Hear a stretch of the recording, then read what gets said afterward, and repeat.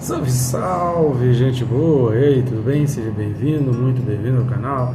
Nesse vídeo a gente vai falar a respeito do seguinte, querido. O que quer dizer Deus é a luz? Vamos pensar sobre isso? Vem comigo até o final, sai daí não.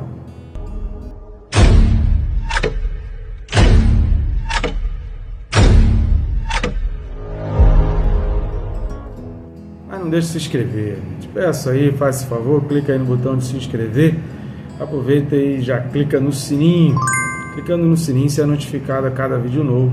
Isso vai te disciplinando, certo? Como alerta, que se deixar o dia a dia, as coisas vão surgindo, vão acontecendo e a gente não lembra de estar estudando as Escrituras. Então, um lembrete é sempre bom e salutar. Nos ajuda demais a entendermos melhor a palavra de Deus e que a gente se discipline, porque isso requer de nós um esforço.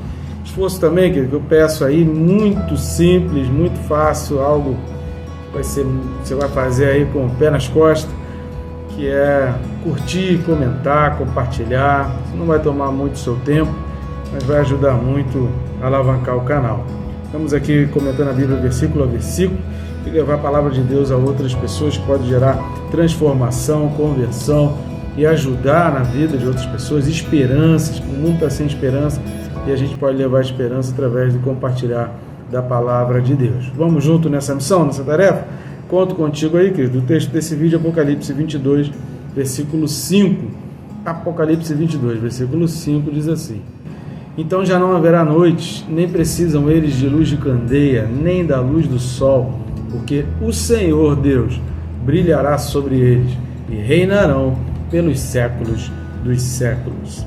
Amém, querido? Que maravilha, que palavra poderosíssima a respeito da eternidade, que mensagem aqui para nós de alento para o nosso coração. Então, Apocalipse 22, 5, vai encerrando essa primeira parte do último capítulo, e aí a gente já, a partir do próximo vídeo, a gente vai falar a respeito da certeza, do cumprimento da profecia. Isso vai ajudar também muito, não perca aí o próximo vídeo, ajudar muito nessa certeza, na garantia, na segurança de estar servindo ao Senhor, sabendo daquilo que nos espera. Bom, temos 4 pontos, 5 aí, se considerar os versículos que a gente vai deixar no final para sua meditação e que você vão ajudar muito a entender que aquilo que Deus está falando aqui, na realidade, Ele já falou em outros textos das Escrituras, e a gente vai confirmando essas questões em outros textos. Afinal de contas, é aquilo que a gente sempre diz, né? A Bíblia explica a própria Bíblia. Não é um trava-língua, mas uma realidade.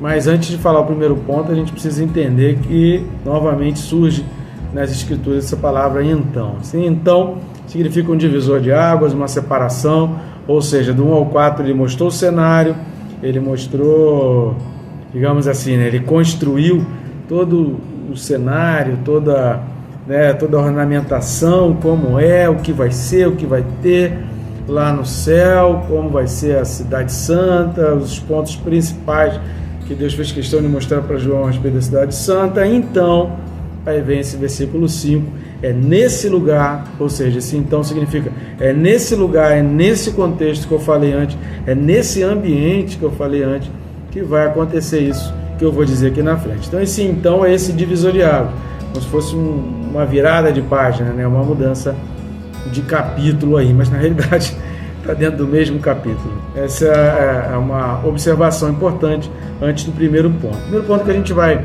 destacar nesse texto é sobre a noite.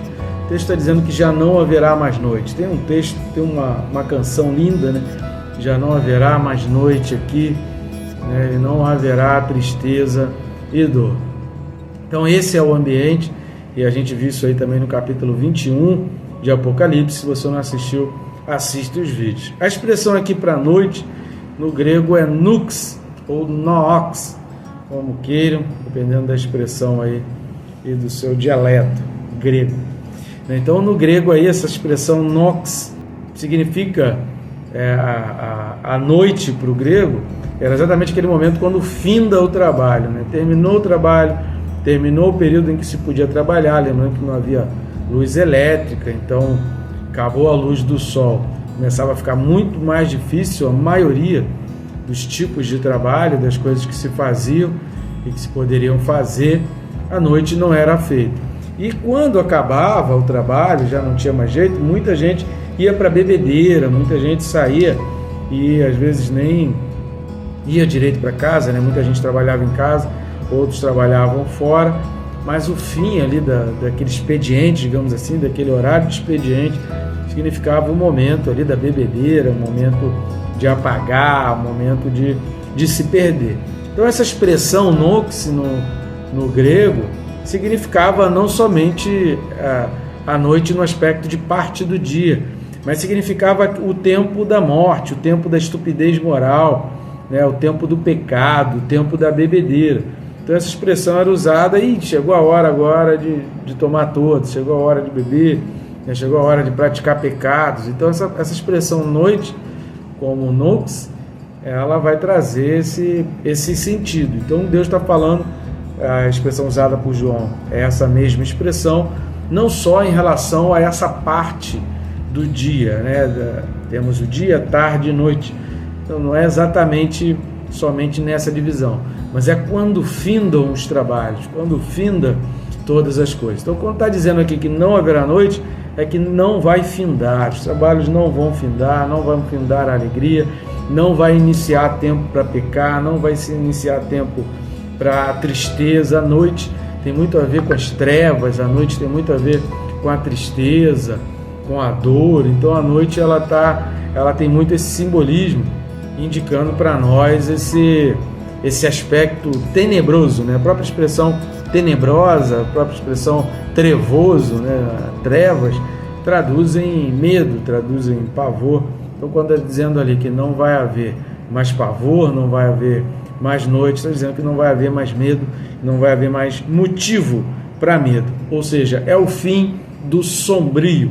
Esse é o sentido da expressão ali, noite. Então não vai haver mais isso, significa é o fim do sombrio, é o fim do medo, é o fim das trevas. Segunda coisa que a gente vai destacar é uma coisa que é diferente, parece que está falando a mesma coisa, mas não é. Está dizendo não haverá mais noite, e nem precisam. Quando está falando nem precisam eles de luz de candeia, luz do sol, está falando aqui da necessidade. A ênfase não é o fato de não precisar mais da luz do sol ou da luz da candeia, ou vela, né?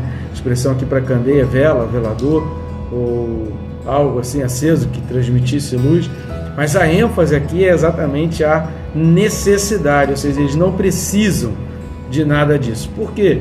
Se não há mais medo, se não há mais tropeço, se não há mais possibilidade de pecar, se não há mais desespero, se não há mais dor, não há mais necessidade de buscar luz em outra coisa. A gente não tem mais essa necessidade. Por que a gente tem essa necessidade?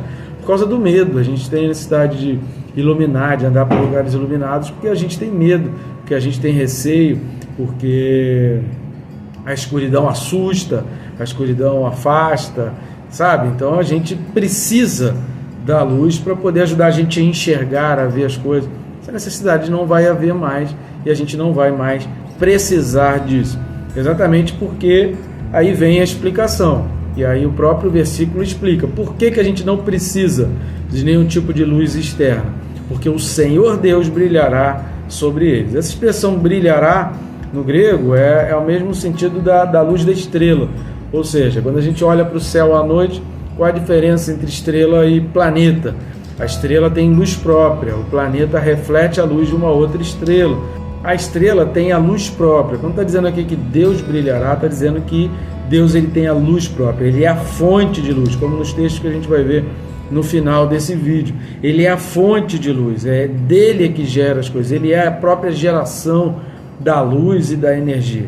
Então todos os objetos que emitem luz apontam para Deus. Então sempre que você vê uma lâmpada, sempre que você vê o sol, sempre que você vê algum objeto que emita luz, isso aponta para Deus, nos direciona para a gente entender Deus, para a gente ver mais a respeito de Deus. Então quando está falando que Deus brilhará, está falando que Ele é a fonte de luz. E a luz também, Deus ele é a luz, porque há um aspecto muito importante na luz. A gente tem hoje luz de LED, a gente tem hoje vários tipos de luzes.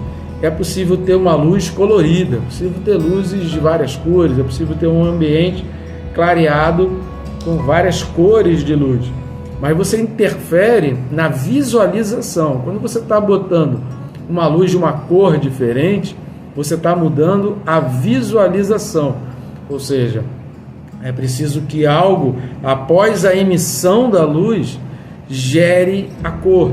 Então traga uma modificação. Você está modificando, mas apenas o aspecto da aparência, da visualização. A luz em si, não é possível você misturar. Eu vou fazer uma experiência aqui misturando luz com alguma coisa. Não dá, a luz ela é pura.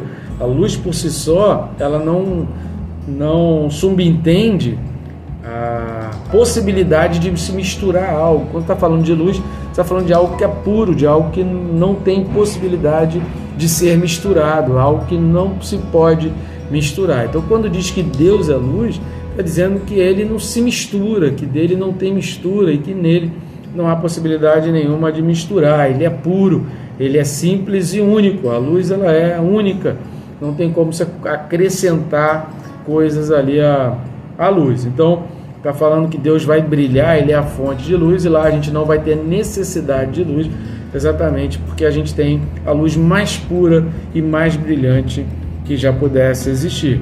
E o versículo termina: e reinarão pelos séculos dos séculos. Pelos séculos dos séculos é exatamente a expressão da eternidade.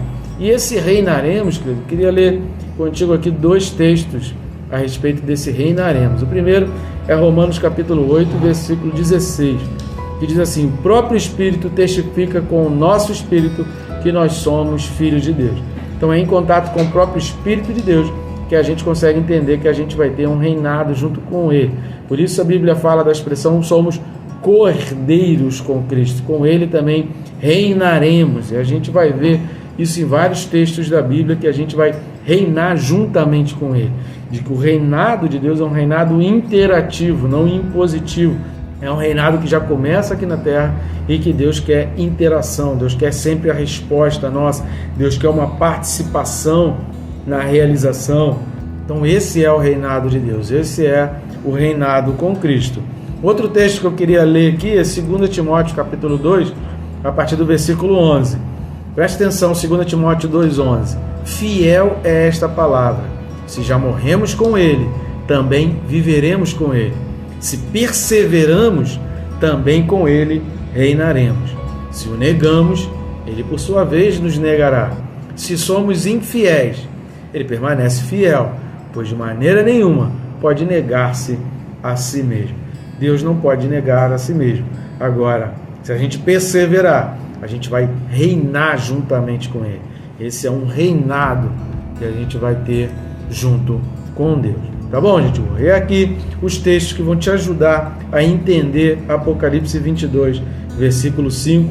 Queria terminar lendo esses textos. Salmo 36, versículo 9. Pois em ti está a fonte da vida. Graças à tua luz, vemos a luz. Salmo 84, 11. O Senhor Deus é sol e escudo. O Senhor concede favor e honra. Não recusa nenhum bem aos que vivem com integridade. Que lindo isso. Recebe essa palavra, querido? Diga amém, recebe aí, querido, porque o Senhor concede favor e honra, que Ele conceda favor e honra para a tua vida. Isaías 60, versículo 19, Isaías 60, 19 diz: o sol não será mais a sua luz de dia, e você não terá mais o brilho do luar, pois o Senhor será a sua luz para sempre, o seu Deus será a sua glória. E para findar aí, Daniel 7, versículo 27. Daniel 7, 27 vai dizer assim: então a soberania, o poder e a grandeza dos reinos debaixo de todo o céu serão entregues nas mãos dos santos, o povo do Altíssimo. Cara, que maravilhoso, né? Que palavra encorajadora. E termina dizendo: o reino dele será um reino eterno, e todos os governantes o adorarão e lhe obedecerão. Seremos governantes também, teremos governantes no céu, teremos reis no céu, seremos reis, reinaremos com ele, governaremos com ele. Essa é a promessa para mim e para a tua vida, e isso é o que nos espera.